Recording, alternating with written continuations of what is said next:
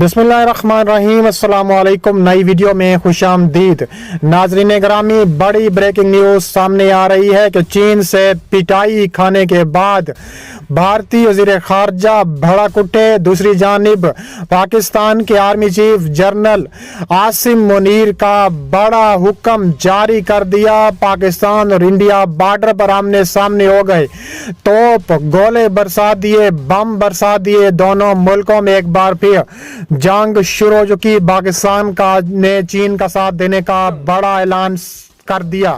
Video کی تفصیلات میں آگے بڑھنے سے پہلے ہماری ویڈیو کو لائک کر دیں اور چینل کو سبسکرائب کر کے بیل آئیکن پر ضرور کلک کر دیں۔ ناظرین گرامی، بھارت آپے سے باہر ہو گیا۔ چین سے پٹائی کھانے کے بعد اب بھارت کا رخ پاکستان کی طرف ہو گیا۔ بھارت کا LOC پر تابڑ توڑ حملے، پاکستان آرمی کا منہ توڑ جواب۔ جنرل عاصم منیر نے بڑا حکم جاری کر دیا۔ جنرل عاصم منیر نے فری ہینڈ دے دیا۔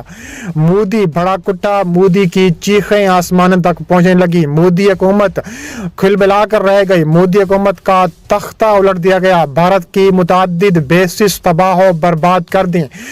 دسمبر کی سردی بھارت پر بھاری پڑ گئی۔ بھارتی جنرل سمیت بھارت کے 25 فوجی جہنم واصل کر دیے۔ پاکستان نے بھارت کی راجستھان ایئر بیس پر قبضہ جما لیا۔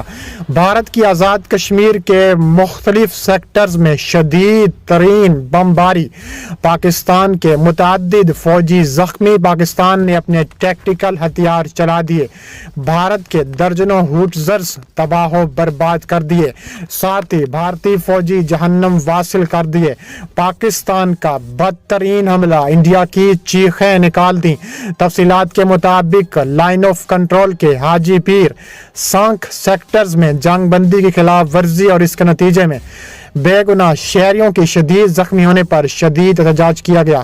ترجمان دفتر خارجہ کے مطابق بھارتی قابض افواج کی جانب سے بلا اشتعال بلا امتیاز فائرنگ کے نتیجے میں 30 سالہ بے گناہ خاتون شہری نسرین اختر زوجہ رفیق سکنہ گاؤں میں شہید ہو چکی ہیں۔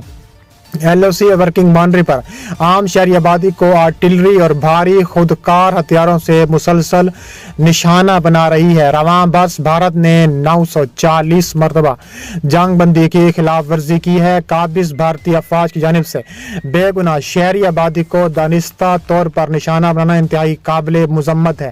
بھارت پر یہ زور دیا گیا تھا کہ بے حسی پر مبنی اقدامات کے جنگ بندی معاہدے، انسانی عظمت وقار، بین الاقوامی انسانی حقوق و قوانین، پیشہ ورانہ فوجی طرز عمل کے برعکس ان کی صریحاً خلاف ورزی ہے۔ بین الاقوامی قانون کی خلاف ورزیاں LOC پر کشیدگی بڑھانے کی مسلسل بھارتی کوششوں کا مظہر خطے کے امن و سلامتی کے لیے خطرہ ہیں۔ LOC اور ورکنگ باؤنڈری پر کشیدگی میں اضافے کے ذریعے بھارت اپنے زیر قبضہ جموں و کشمیر میں انسانی حقوق کی سنگین ترین خلاف ورزیوں سے توجہ ہٹا نہیں سکتا۔ پاکستان نے بھارت پر زور دیا کہ 2023 کے جنگ بندی سمجھوتے کا احترام کرے، تازہ ترین اس سے قبل ہونے والی جنگ بندی کی دانستہ خلاف ورزیوں کے واقعات کی تحقیقات کرے، LOC اور ورکنگ باؤنڈری پر امن قائم کرے۔ زور دیا گیا کہ بھارت اقوام متحدہ کے فوجی مبصر گروپ برائے پاکستان اور بھارت کو اقوام متحدہ کی سلامتی کونسل کی قراردادوں کے مطابق تفویض کردہ اپنا کردار ادا کرنے کی اجازت دے۔ Army chief general Asim Munir نے خطے کی صورتحال کے پیش نظر جنگی تیاریوں کو بڑھانے کی ہدایات جاری کر دیں۔ پاکستان مخالف عناصر کی طرف سے ہائبرڈ جنگ جاری ہے۔ پاک فوج کے شعبہ تعلقات عامہ کے مطابق army chief general Asim Munir کی زیر صدارت جنرل ہیڈ کوارٹرز راولپنڈی میں کور کمانڈر کانفرنس ہوئی، جس میں کور کمانڈر کو لائن آف کنٹرول کی صورتحال، ملک میں جو صورتحال ہے اس پر اجازت دیا گیا۔ کور کمانڈر کانفرنس میں مقبوضہ کشمیر میں انسانی حقوق کے خلاف ورزیوں پر تفصیلی بریفنگ بھی دی گئی۔ ISPR کے مطابق فورم نے LOC پر بھارت کی جانب سے امن معاہدے کی مسلسل خلاف ورزیوں کا جائزہ لیا۔